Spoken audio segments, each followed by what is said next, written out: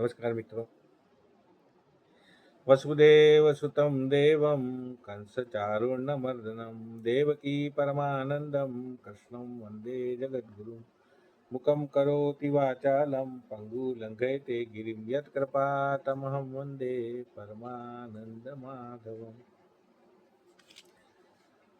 अत्र शूरा महेश्वासा भीमार्जुनसमायुधि युधानो विराटश्च द्रुपदश्च महारथः दुष्टकेतुश्चेकितान् काशीराजाश्च वीर्यवान् गुरुजित्कुन्तिभोजस्य शैवश्च नरपुङ्गवः युधामनुश्च विक्रान्त उत्तमौजाश्च वीर्यवान् सौभदे द्रौपदेयाश्च सर्व एव महारथः। मित्रों,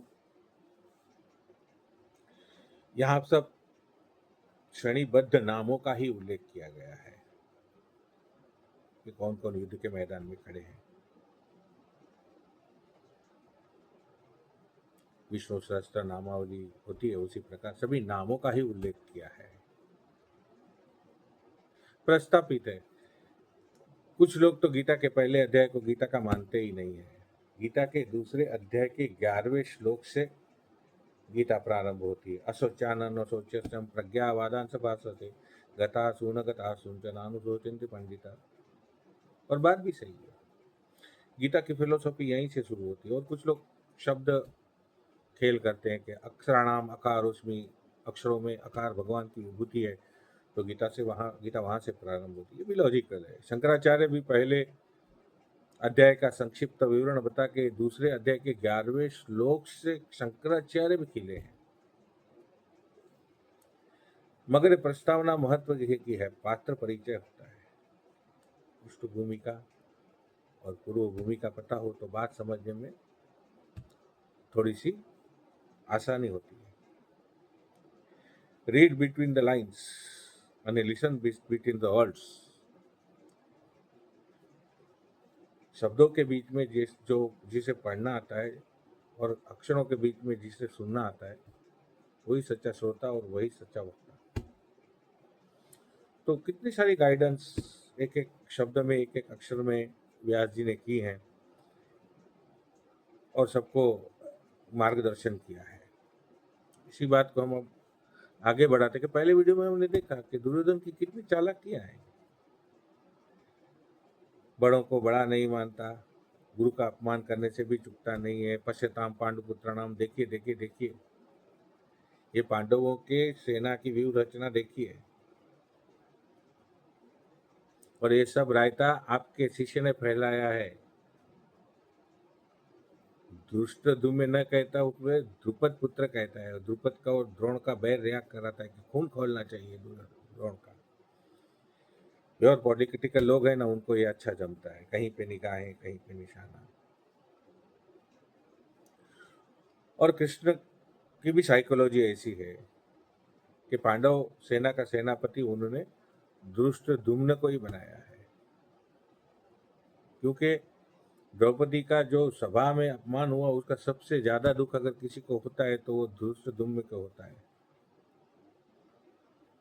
और भगवान को पता है कि धृष्टद्युम्न ही द्रोण को मार सकते हैं, अर्जुन नहीं मार सकता। अर्जुन को मारने की बारी आएगी तो थोड़ा सा असमंजस में आएगा, लेकिन धृष्टद्युम्न ही मार सकता है, और इसीलिए उसको सेनापति बनाया है।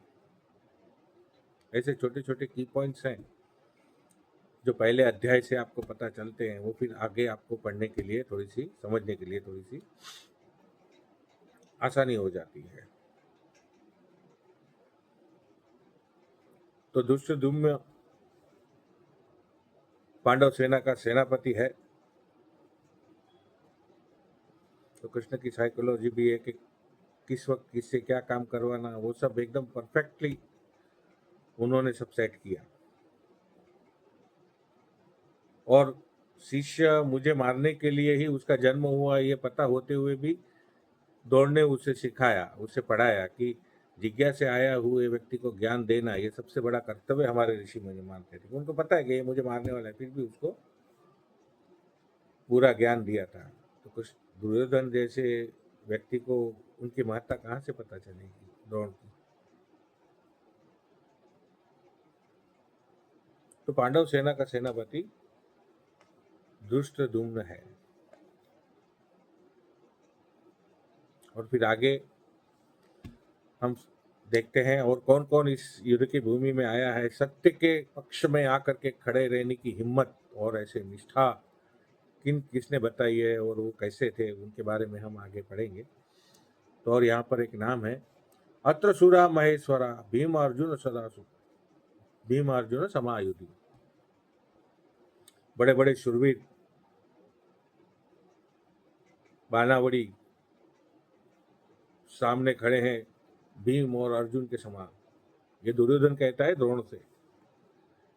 उनके पांडवों की सेना का वर्णन करते करते आगे चलकर वो कहता है कि यहाँ बहुत बड़े बड़े महारथी सूरमा आकर के खड़े हैं,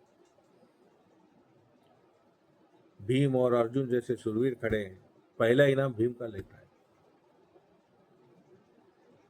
क्योंकि व्यास जी को पता है कौरव सबसे ज्यादा अगर किसी से डरते हैं, भयभीत होते हैं, तो भीम से कंपित होते हैं। और एक बात बहुत महत्व की थी भीम की, कि स्त्री के चरित्र पर अगर बात आती है तो समाधान नहीं करने वाला योद्धा है। स्त्री के चरित्र पर अगर किसी ने उंगली उठाई तो वो मरना ही चाहिए, ऐसा पकड़ के बैठा हुआ ये भीम है। इसीलिए व्यास जी ने उससे भीम का नाम पहले रखा है।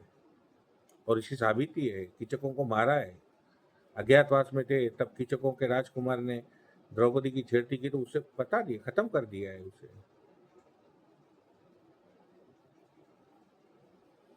तो व्यास जी को पता है कि नारी का रक्षण करने वाले को महत्ता पहले देनी चाहिए।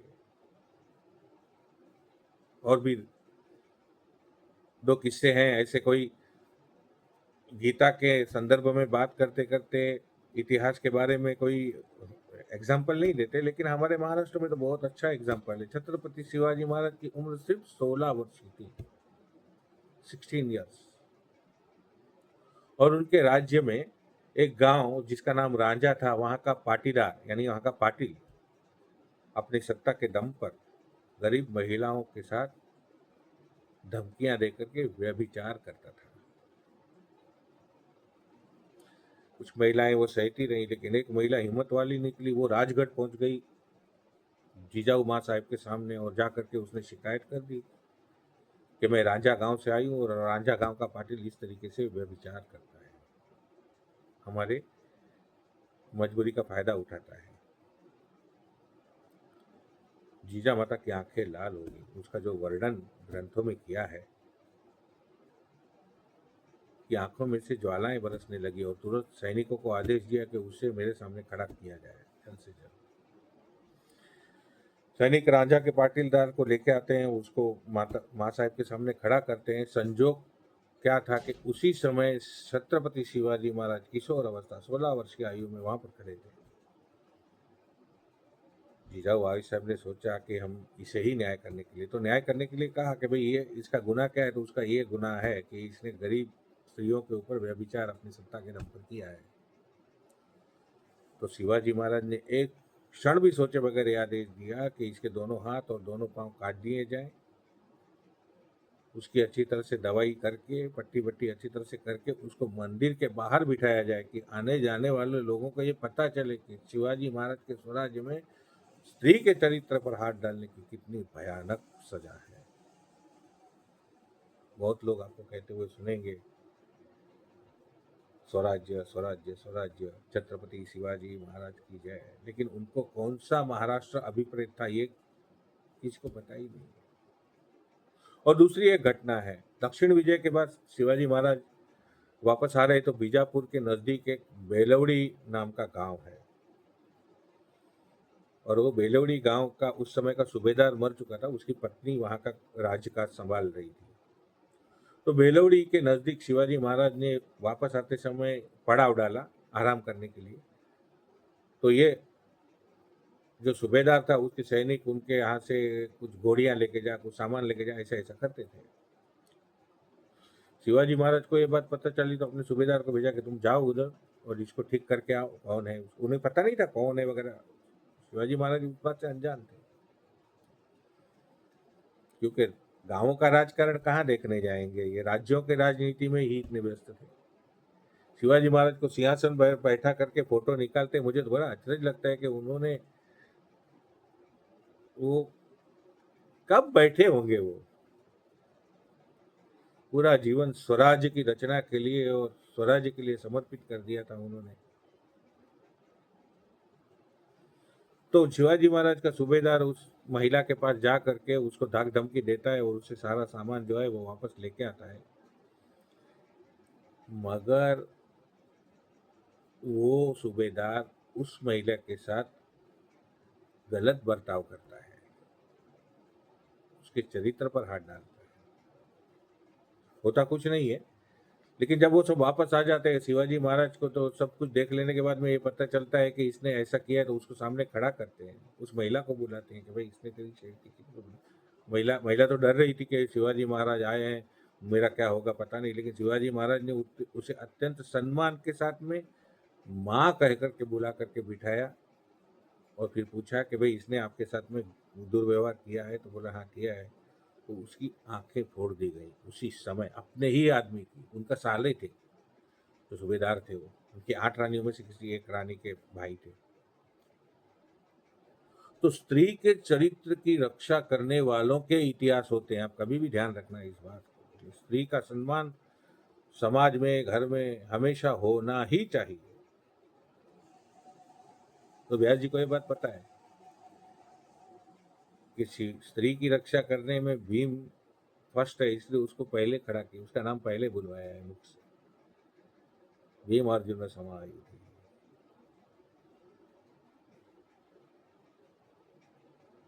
ऐसा कठोर भीम था, और रिकॉर्ड है 100 के 100 कौरवों को उसने मारा है। उसे बोल के रखा था कि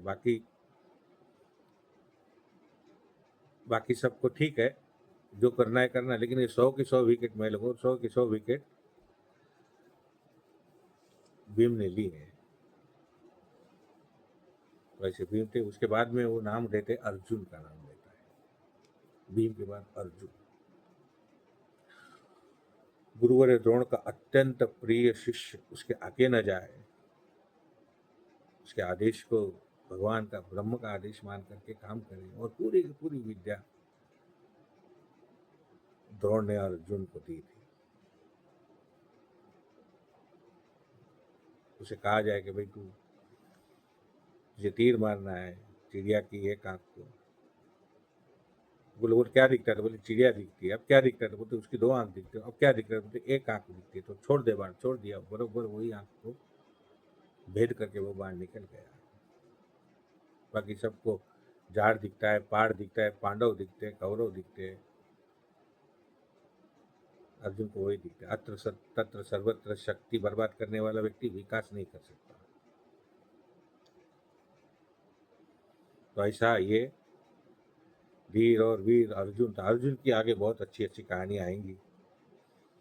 पाशुपस्त्र अस्त्र लेने के लिए शिव जी के पास गया था, शिव जी किरात रूप में उसके सामने आया। किरात अर्जुनिया में बहुत उसका वर्णन है, हम तो आगे देखेंगे। अर्जुन तो बहुत धीर वीर कितना था वो हम आगे तो सोचने ही देखने ही वाले हैं, लेकिन ऐसा ये वीर अर्जुन था, बाणावड़ी था।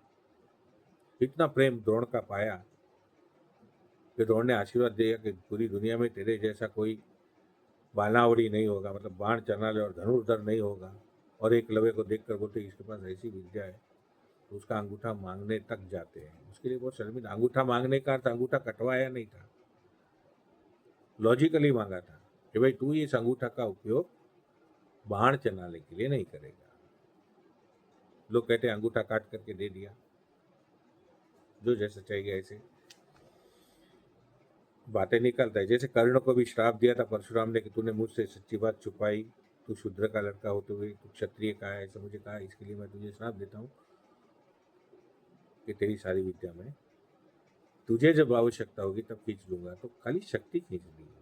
इसी प्रकार से एकलव्य का अंगूठा मारने तक, मांग लेने तक दौड़ गए। उसमें कुछ शर्मिंदा भी हो, लेकिन अर्जुन की तो महत्ता है।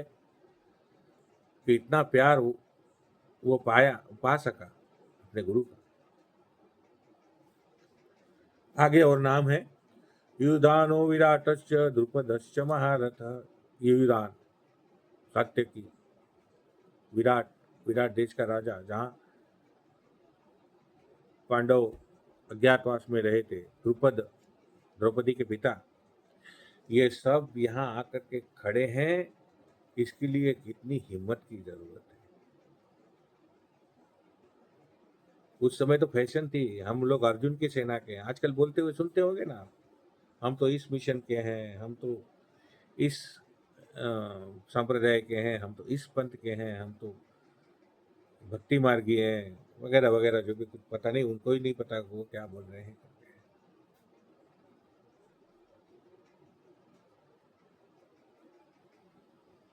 वैसा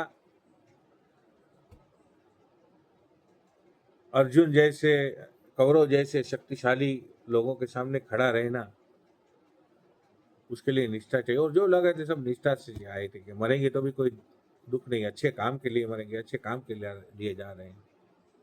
कोई किसी का मरने का इंतजार नहीं कर रहा था, सब मरने के लिए तैयार थे। निष्ठा से जो लोग आते हैं ना, वो निर्भय होते हैं।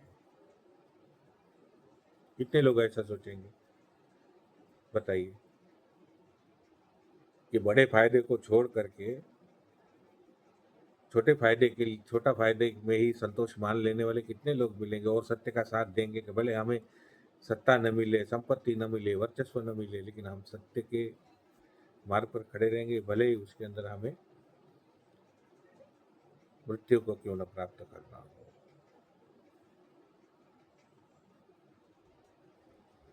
जीवन में कभी ऐसा समय आया कि सत्य और असत्य के बीच में चॉइस करनी हो, तो सत्य की ही करनी चाहिए। तो ये तीन, युयुधान, विराट और विराट राजा और द्रुपद आकर के खड़े हैं। आगे और नाम आते हैं, दुष्ट केतु से कितान काशी राजस्य वीरवान। दुष्ट केतु शिशुपाल का पुत्र, सोचिए, पिता का वध करने वाले के पक्ष में आकर के दुष्ट केतु खड़ा है। कितना पवित्र और निर्मल चरित्र होगा कृष्ण का।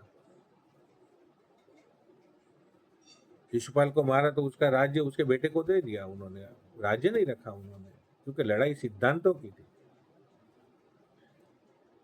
ये दुष्ट केतु समझता था, इसके लिए भगवान के पक्ष में आकर के खड़ा रह गया। नहीं तो परंपरागत बह रहता है, तूने मेरे पिता को मारा, मैं तुझे मार डालूंगा। वो बोलेगा कि तूने मेरे पिता को मार डाला, मैं, ये चेन चलती ही रहती है। वो दुष्ट केतु सच्चे काम के लिए आकर के वहां पर खड़ा है। ऐसे लोगों से काम होता है, प्राणवान लोगों से काम होता है, पेटवान लोगों से नहीं।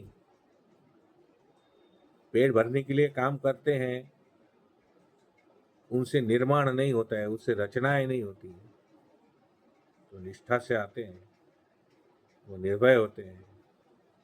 सब कुछ चला जाए मगर हम सत्य के पक्ष में खड़े रहेंगे, ऐसे कहने वाले लोग दुनिया में खड़े होने चाहिए भाई, ज्वाला की तरह होने चाहिए। हाँ, तो सब राख पड़ी है, कोयले पड़े हैं, एक लात मारो तो राख की तरह बिखर जाए, ऐसी स्थिति आजकल है समाज की, राष्ट्र की, सभी जगह पर।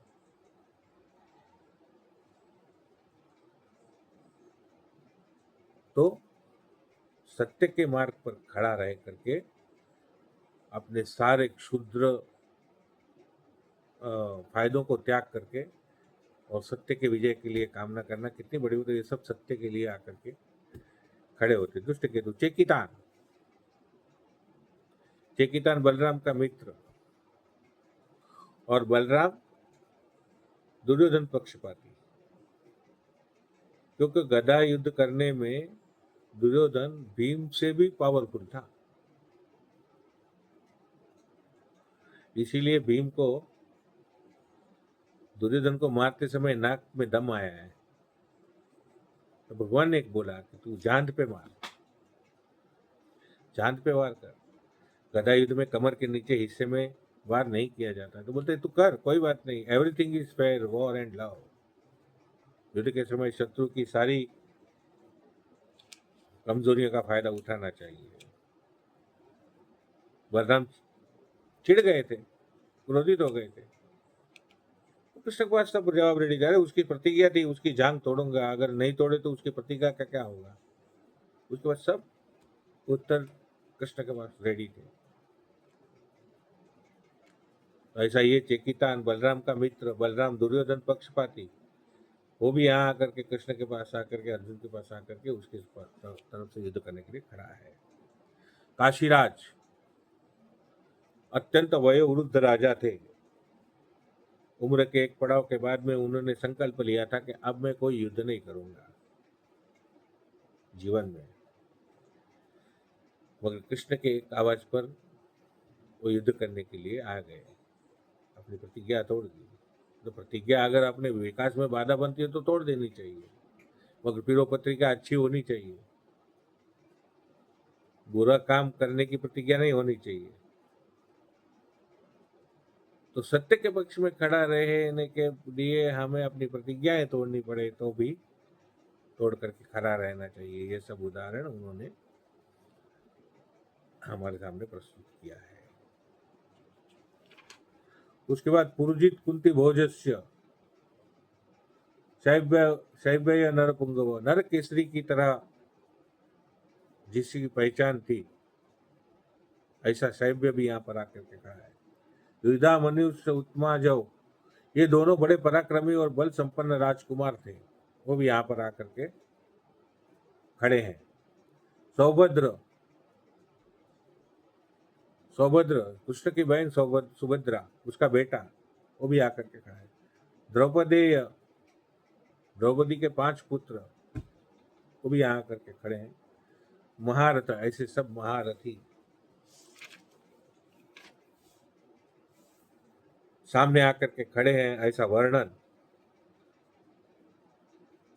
दुर्योधन भगवान से करता है। अंदर से डरा हुआ है, बताता नहीं है, क्योंकि ये जो वर्णन वो कर रहा है वो डर के भयभीत होकर के ही कर रहा है। वो अहंकार के कारण भय नहीं बताता है। इस श्लोक से हमें यही सीखना है कि थोड़े से फायदे के लिए, थोड़ी सी सत्ता के लिए सत्य को मत चुकिए। सत्य का आधार बन करके खड़े रहिए, असत्य का नहीं। अभी भी वैसे आज ये वीडियो मैं 2-3 दिन लेट बना रहा हूँ, संडे को बनाना था, इसके लिए क्षमा प्रार्थी हूँ। आगे का विवेचन हम अगले वीडियो में करेंगे। शांति पाठ। सर्वे भवन्तु सुखिनः, सर्वे सन्तु निरामया, सर्वे भद्राणि पश्यन्तु मा कश्चित् दुःखं।